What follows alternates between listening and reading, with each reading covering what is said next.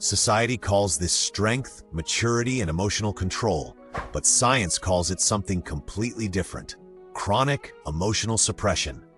If you have ever smiled while breaking inside, if you learned to hide your pain so you wouldn't burden anyone, or if it feels like no one truly notices when you are not okay, this video is about you.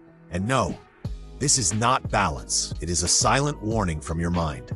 For years, he was seen as the stable one, the one who always said everything was fine, the one who solved problems, supported everyone, and never asked for help. He worked, smiled, made jokes, showed up at events, and kept his life perfectly functional on the outside. But inside, he was exhausted. He woke up tired, went to sleep restless, and carried an emptiness he could not explain. Still, he kept smiling.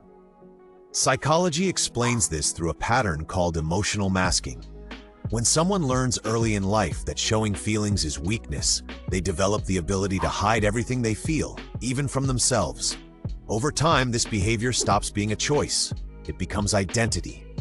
His mind worked like this: if I keep smiling, everything stays in order. If I don't complain, no one worries. If I am strong, no one notices I am breaking. Science does not call this resilience. It calls it functional emotional dissociation. Psychology identifies 3 clear signs in this pattern. First, social hyperfunctioning. He did everything, helped everyone, solved problems, but never included himself on his own list. Second, emotional numbness. He no longer felt real joy or deep sadness. He simply functioned. Third, silent loneliness. Surrounded by people, yet emotionally isolated. Neurologically, a brain under prolonged emotional suppression enters a constant state of alert. The body functions, but the mind collapses. Outside, no one could see it. Inside, everything was falling apart.